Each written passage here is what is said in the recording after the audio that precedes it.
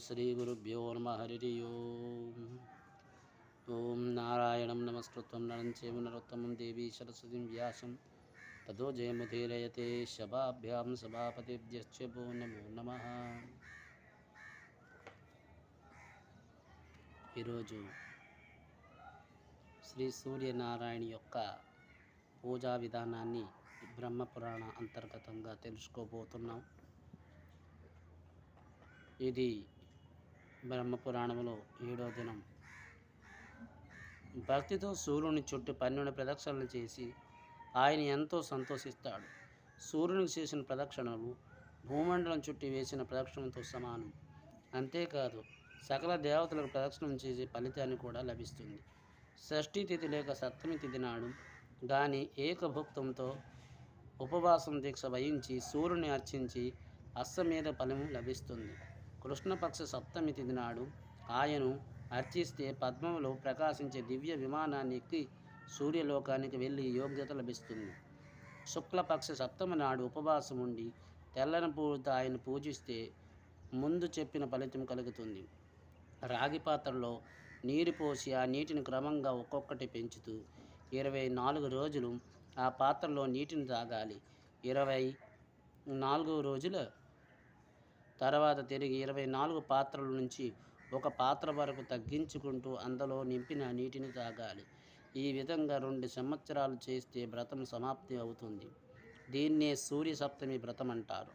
పాత్ర చిన్నదై ఉండాలి. శుక్లపక్షం సప్తమి ఆదివారం కలిసి వస్తే దాన్ని విజయ సప్తమని అంటారు. ఆ రోజు జపము, ధ్యానము, దానము, హోమము ఏదో చేసిన విజయం ప్రాప్తిస్తుంది. ఆదివారం నాడు పితృదేవతలకు శ్రద్ధం పెట్టిన తెల్ల జిల్లేడుతో హోమం చేసిన అభిష్ట సిద్ధి కలుగుతుందని, వారి వంశంలో అనారోగ్యంతో ఉండేవాడు దరిద్రుడు ఎప్పటికి జన్మించడని, తెలుపు, ఎరుపు, పసుపు పచ్చ రంగులో ఉండే మట్టిని వంటికి పూసుకునే వాడికి చిత్ర విచిత్రమైన రంగుల పూలతో చిత్రబాణుడు అర్చించి ఉపవాసం నుండిన వాడికి కోరిన కోరికలు నెరవేరుతాయి. ఆవు నెయ్యి లేక నువ్వుల నూనెతో కానీ దీపాన్ని వెలిగించి సూర్యుని పూజించిన వారికి కంటి జబ్బులు రావు. దీపాన్ని దానం చేసే వాడికి జ్ఞానం వృద్ధి చెందుతుంది. నువ్వులతో సహా గోదానం చేసి అది ఎంత పుణ్యప్రదమో 4 దారుల కలిసే చోట రాజమార్గంలో దీపాదానం చేసేవాడు భాగ్యవంతుడు అవుతాడు. దీపం ఎప్పుడు ఊర్ధముఖంగానే వెలుగున ప్రసరిస్తూ ఉంటుంది కనుక దీపాదానం చేసేవాడికి ఉత్తమ గతిలో అధోగతి ఎప్పటికి ఉండదు. దీపం ఎంత పవిత్రమైనదో అందుకే వెలుగుతున్న దీపాన్ని తగ్గించకూడదు, ఆర్పేయకూడదు. అలా ఎవరు చేస్తే బంధనాలు, వినాశాలు పొందుతాడు. దీపారాధన చేసేవాడు స్వర్గములో ప్రకాశిస్తాడు.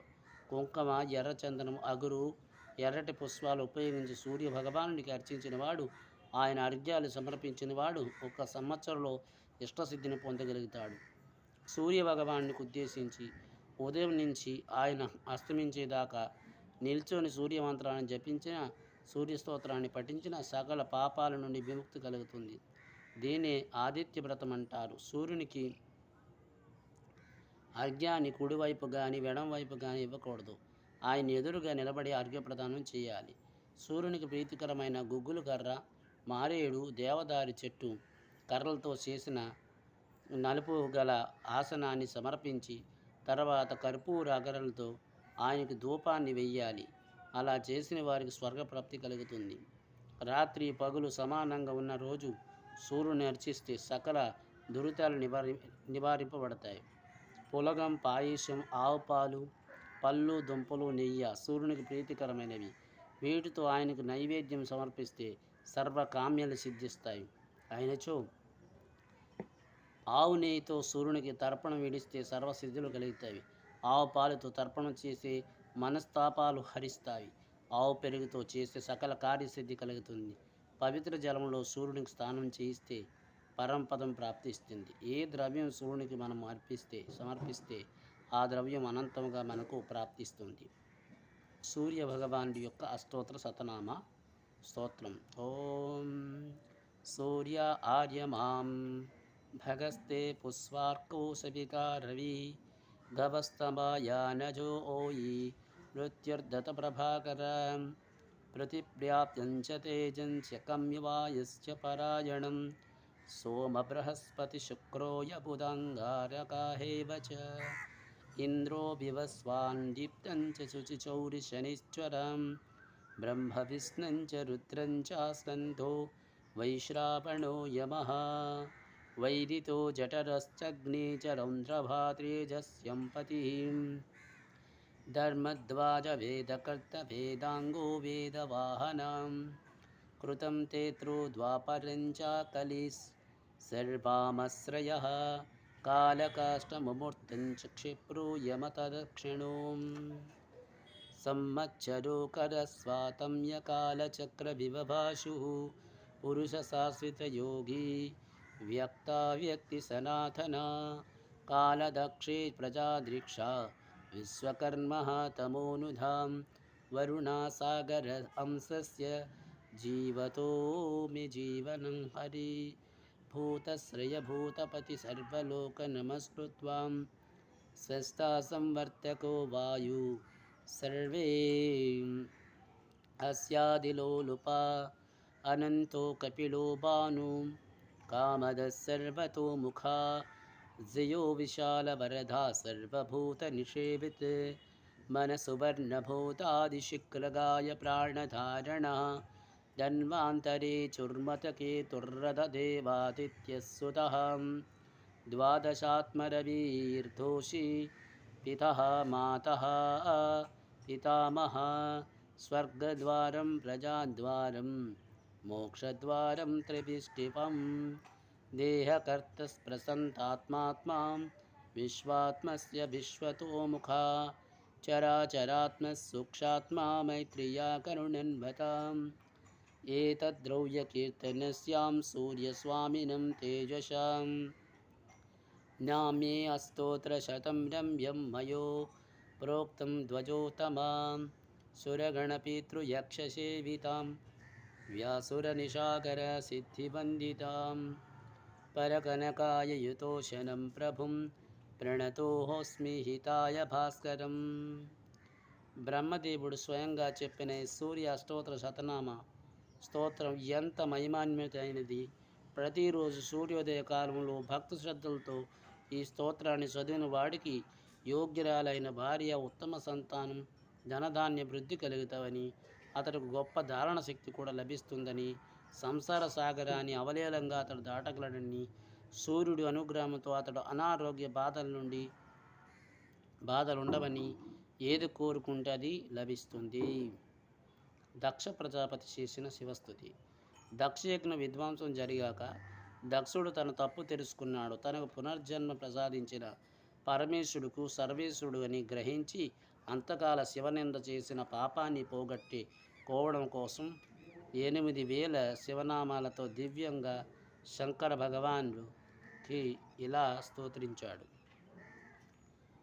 బ్రహ్మావాచ ఏవం దృష్ట్వా తదా దక్షో శంభుర్వతే ధ్వజోత్తమ ప్రంజలి ప్రణతో భూత్వా యాసం స్తోత్రమాకవచక్రం నమస్తే దేవదేవేశ నమస్తే స్థానశోధన దేవేంద్ర త్వం స ఫలోత్సిష్టదేవదానవ పూజిత సహస్రాక్ష విరూపాక్షాత్రాక్షో యక్షాదిప్రియం సర్వత్ర ప్రణపాదస్త్వాం సర్వతో శీర్షసోముఖ సర్వత్ర యసుతిమాలం లోకం యసర్వామృతే తిష్టతి శంకర్నాయ మహాకర్ణ కుంభకర్ణానివర్ణాలయం గజేంద్రకర్ణ గోకర్ణ శతకర్ణ నమోస్తుతే శతోదర శతవర్ధాయ సజ్జీవసనాథనం గాయంతి త్వం గాయత్రేణ అర్చయం తర్కోమర్షణ దేవదానవ గోప్తా చ బ్రహ్మే చ త్వం శతుకృతాం మూర్తి మమాస్త్వాం మమ్మూర్తి చ సముద్రో సరాసం నిధి త్వం సర్వే దేవతాయ గావం గోష్ఠా చ ఇహంసతే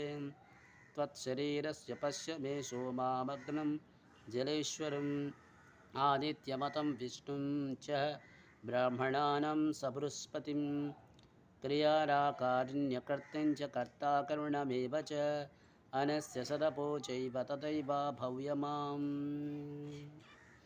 నమో భవాయ సర్వాయ రుద్రాయ వరదాయ తే చ పశూనాం పతయే చైవ నమో సందకగాధినే త్రిజటాయ త్రిశీర్షాయ త్రిశూలవరధారిణే त्रयंबकाय त्रिनेत्राय त्रिपुरारग्ने वै नमः।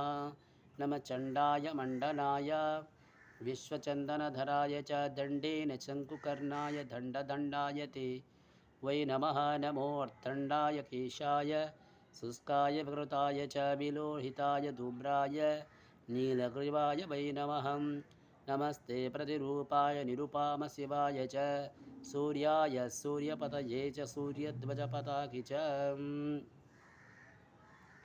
नमो प्रथमानाथाय वृषस्कन्धाय वै नमः। नमः हिरण्यगर्भाय हिरण्यकवचाय हिरण्यकृत्वचूडाय हिरण्यपतये नमः। सतुकृताय चण्डाय वर्णसङ्घोषयाय च नमः। श्रोघातकाय चण्डवर्णसङ्घाचयाय च नमस्तुताय स्तुतये स्तयमानाय वै नमः। सर्वाय सर्वभक्षाय सर्वभूतान्तरात्मने नमो। होमाय मन्त्राय शुक्लध्वजपतिकेन च नमः। नाम्याय नम्याय नमः। कीलकीलाय च नमस्तं शयामानाय शयतं ये स्थिताय च स्थितये धवमानाय कब्जाय कुटिलाय च नमो। नर्ताय शीलाय मुखाभाद्रादिकारिणीं भादशयाय लुप्ताय गीतना वानिद्रकारिणे नमो। ज्येष्ठाय श्रेष्ठाय बलप्रमदनाय च उग्राय नमो। नित्याय समस्यादशभावुने नमो। कपालहस्राय सीताभस्मप्रियाय च विभीषणाय भीमाय भीष्मोऽमृतारदाय च नानाविकृते वक्राय खड्वजीवग्रे दंष्टानिनीं वक्षमालसलावर्धाय दुम्भिवीणप्रियाय च अघोरघोररूपाय घोरघोरतराय च नमः। शिवाय शान्ताय नमः। शान्तमयाय च नमः। बुद्धाय शुद्धाय शंभिभागाय प्रियाय च पवनाय मतंगाय नमः। शङ्खपराय च नमः। चण्डकैघण्टायां घण्टज्वल्वाय झुंझुंटिनीं सहस्रोशतहाय घण्टायां घण्टमालप्रियाय च प्राणदण्डाय नित्याय नमस्ते। लोहिताय च रुं हुं हुंकाराय रुद्राय भागराय प्रियाय च नमो। अपरापतये नित्यं गिरिवृक्षप्रियाय च नमः। यज्ञपतये भूताय प्रस्तोत्रात्राय च यज्ञवाहाय दन्ताय तप्त्याय भगाय च नमस्तुटाय ताट्याय तटनेपतये नमः।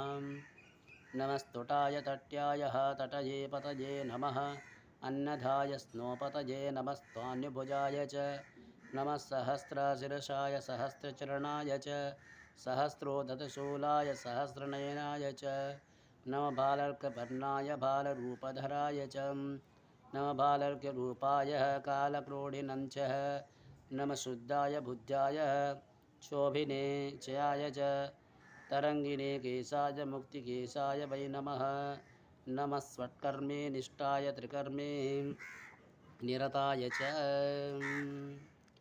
वर्णाय श्रवणं विधिर्मुते गर्ते प्रवर्तते नमः। श्रेष्ठाय ज्येष्ठाय नमः। कालाय च स्वतपिङ्गळाय नेत्रकृष्णाय रक्षणक्षणाय च धर्मकामर्थमोक्षाय कृताय कृतनाय च शङ्काय शङ्खमुखाय चोगाधिपतये नमः। नमः। रव्याधिरताय चतुर्भत्पदाय च कृष्णोजिनस्वराय मायव्यालस्यग्नोपभीतिने ईशानं रुद्रसङ्गोतो हरिकेश नमोऽस्तुते। त्र्यम्बकः यदम्बकानाथ व्यक्ताव्यक्त नमोऽस्तुते। कालमधुगग्निवदृष्टाय धृतन्ते निसाधना सर्वे गर्जिते सर्वज्ञे सर्वो जात नमोऽस्तुते। उन्मादनाय शतवर्ते गङ्गो यर्दो यर्जनां चन्द्रार्थसंयुक्तवर्तमेकवर्त नमोऽस्तुते। नमः। अन्येदानकर्तं च अन्नधा प्रभवे नमः। अन्वे भोक्तं च क्रोप्तं च मेवा प्रलयनालः जरायो जण्डे चैव श्वेतं जुदेहेव च त्वमेव देवदेवेशो भूतग्रामस्वतुर्वध चराचरस्य स्वष्टे त्वमा प्रतिहर्तं च त्वमेव च त्वामेवायः ब्रह्म विश्वे चाप्सो ब्रह्मा वदन्त ते सर्वस्य परमयोनिसुतं से ज्योतिष्यं निधिः रुक्माणे रतङ्करे वहाय मा वस्वां ब्रह्मावधिनां हया हया हरे हरे हरे हया हवो याहुतेन हासकृते गायन्ति त्वं सर्वशिष्टा सामगे ब्रह्मबाधिनां जजुर्ममेव जजुर्वेशा सामर्थ्यस्ततः पठन्ते ब्रह्मनिष्पत्तेव कल्पो विषादिगणे ब्राह्मणो क्षत्रिय वैश्यः शूद्रो वर्णश्रमश्रये त्वमेवायश्रमे सङ्गिस्वः विद्धि नित्यमेव च संवत्सरे स्वा मृत्युवो मापमासार्धमेव च कालो काष्ठस्य निमसस्य दक्षिणानीं योगिनि च वृषाणां कुकुदां त्वां गिरीणां शिखराणि च सिंहो मृगाणां पतयेव नक्षत्रान्तिभोगिनां चीरन्वे व्याधिदिनेनां मन्त्राणां प्रणवस्ततः वज्रं सहस्राणामञ्च व्रतानं सत्यमेव च त्वं देवाच्वेद्वेषं च रागो मोयिशमक्षय व्यवसाय धृते लोभे कामक्रोधजयाजयो तं गते त्वं या चोरचापि खड्वाङ्गिनीमुद्गरी तदहं चत्वे भेत्वा प्रवर्तञ्च नेत्रो मन्त्रे सिनोमतः दशालक्षणा संयुक्तधर्मा धर्मकाममेव च इन्दुसमुद्रे स्वरतेव पल्वानने सरं सेचः तथा वल्याय नुन्वे स्वदे पसने मृगभक्षण दिव्या कर्मणारम्भकालपुरुषफलप्रथम् आदिस्वतन्त्रे मध्यं च गायत्री अङ्गरेः वचं हरिते लोयिता कृष्णो नीलोपीतस्ततकणं कुदस्य कपिलो बभ्रो कपिलो मृच्छुकस्ततः सुवर्णरेतविख्यातो सुवर्णो श्वेतकुलां सुवर्णो रामता ततः सुवर्णप्रीतिः वच त्वामिन्द्रस्य यमचैव वरुणाधनाधनो नीलः उत्पल्यां श्लेतभानुस्य स्वर्शभानुस्य रेव च ओत्रं योत्रे च होमं च युतं चैव प्रभु त्रिसवर्णस्ततः ब्रह्मे स्वजनस्य शतरुद्रं पवित्रं पवित्राणां मङ्गलानामञ्च मङ्गलं प्रणस्यात्वं रजस्यात्वं तायस्वते यतो ततः प्राणो अपानः समानश्च उदानो व्यानहेव च उन्मांसे च निमसञ्च कृत्वं चेजुम्भ तदैव च लोयितङ्गस्य द्रंष्टानं महावक्रमहोधर सुशिरोमस्य हरिस्यायः सृषुर्दे च केसल्सलाचलं गीतवाद्रिका नृत्यङ्गे गीतवादनप्रिये मच्छो जलाजलोय जाजुलायः जलव्यालकृटीचर व्यकलस्य सुकर्णस्य दुष्करो कर्मनाशनः कालनाशनः मृत्युस्यवायाक्षोतिः मायर्कर्कटं संवर्तके वर्तमा चैव संवर्तके बालाहुक घण्टके घण्टके घण्टे चण्डाललावनधीं ब्रह्मकालग्निवक्रादण्डे मुण्डस्ते दण्डधृते चतुर्भुजो यस्वेतर्या श्वेतर्वज्यो वृषिं चतुरश्रमे नेत्रं च चतुरश्नकरश्रुः क्षीरो क्षीरप्रियः धूर्ते च गणेश्वरगणाधिपा रक्तमूलाम्बरधरो गिरीशा गिरिजप्रिया शिल्पिता शिल्पिना श्रेष्ठा सर्वो शिल्पप्रवर्तिकं भगनेत्रं श्रीचण्डी च पुष्टोदन्तविनाशनः स्वाहा स्वादिस्वसत्करो नमस्ते च नमस्तते गूढप्रतिस्या गुणप्रतिशरिधे तरुणस्वर्णश्चैव सर्वभूतेषु तारुणां दाता विदातसन्दाता विदातोदरणोधर तपोब्रह्मं च सत्यं च ब्रह्मचार्यं तदवर्णिमां भूतात्मा भूतकृत् भूताद्भुते भूतभव्य भूतोद्भवां भूर्भुवा स्वरे चैव भूतो यज्ञीश्वरं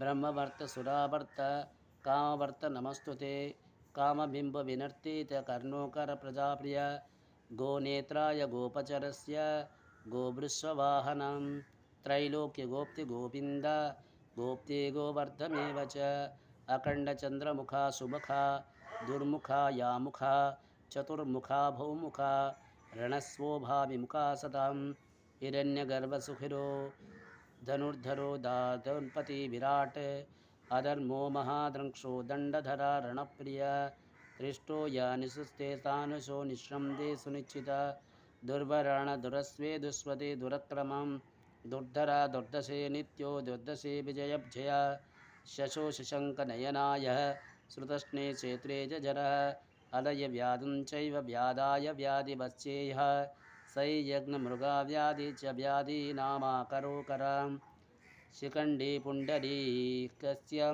पुण्डरीकवलोकना दुण्डाय चक्रधक्रदण्ड रौद्राय भागविनाशिनीं विषयामृतवे चैवाः सुरापे क्षीरसोमप मदवस्यार्यं चैवायः सर्वपस्य बलाललां नुशम्भते वृषभस्तद्विश्वलोक विश्वेश्वरविख्यातलोकानां लोकसंस्कृतः चन्द्रादित्यचक्षुषे हृदयां च पितामह अग्नष्टवसतः देवधर्मा कर्मप्रसादते सा ब्रह्मे च गोविन्दा पुराणऋषयेन च महत्त्वां वेदन्तो शक्ति यततद्वेतता शिवः शिवाय मूर्तये स्वक्षि स्वमात्मने दन्तु दर्शनं तवे अर्मं सर्वतो रक्षं पितं पुत्रामिवेरसं रक्ष मां रक्षणेयाहं तव नमोऽस्तु ते भक्तिनं कम्पि भगवान् भक्तिहं सदा त्वं ये सहस्राडिकं पुंसाय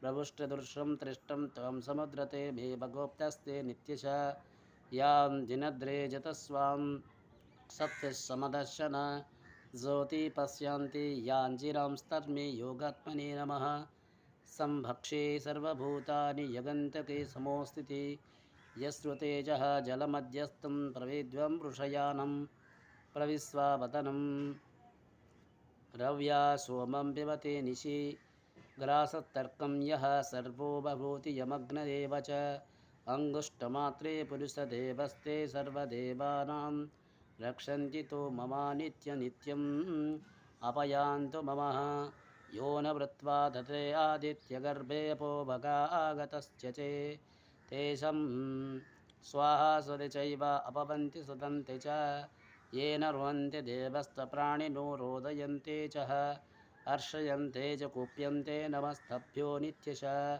ये समुद्रे नदी दुर्गे च पर्वतेस्य गृहे च वृक्षमूलं च गोष्ठे च कान्तरा गयानेन च चतुष्पदे रथाय चतुष्पदे च सभाभ्य च अस्तस्वरे रथा दशालते जीर्णोन्यालेशवेव च एष पञ्चेषु भूतेषु दिशेषु विदेशेषु इन्द्रियर्काय हृदयेदाय चन्द्रार्करश्मि च रसदलगतये चार्मे तस्माद्गत नमस्तेभ्यो नमस्तेभ्यो नमस्तेभ्यो सर्वेशः सर्वतां सर्वगो देव सर्वभूतापते सर्वभूतात्परात्मा ताचेन त्वां नियन्त्रिक त्वमेव जस्मसे देवय यक्ष्मन् दीक्षणे त्वमेव कर्तौ सर्वेश तेन तां नियन्त्रत अदमयाय देववहितं सूक्ष्माय तं तस्मात् करुणाय पे त्वामया नाम नियन्त्रत प्रसीद मम देवेश त्वमेवां शरणं मम त्वां गतस्त्वां प्रतिष्ठा चान्वेतस्ततमतिः ఇది దక్ష ప్రజాపతి శివునికి ఉద్దేశించి స్తోత్రం చేశాడు. తదనంతరం దీని అంతరార్థం తెలుసుకుంటాం తదుపరి కార్యక్రమంలో. అంతవరకు మంగళం కోసలేంద్రాయ మహానీయ గుణాత్మనే చక్రవర్తి తనూజాయ సర్వభౌమాయ మంగళమా కాంతాయ కాంతాయ కామ్యప్రదాయ శ్రీగిరిశాయ దేవాయ బలినాథాయ మంగళం. సర్వం శ్రీమామేశ్వర పాదపద్మార్పణమస్తు. స్వస్తి.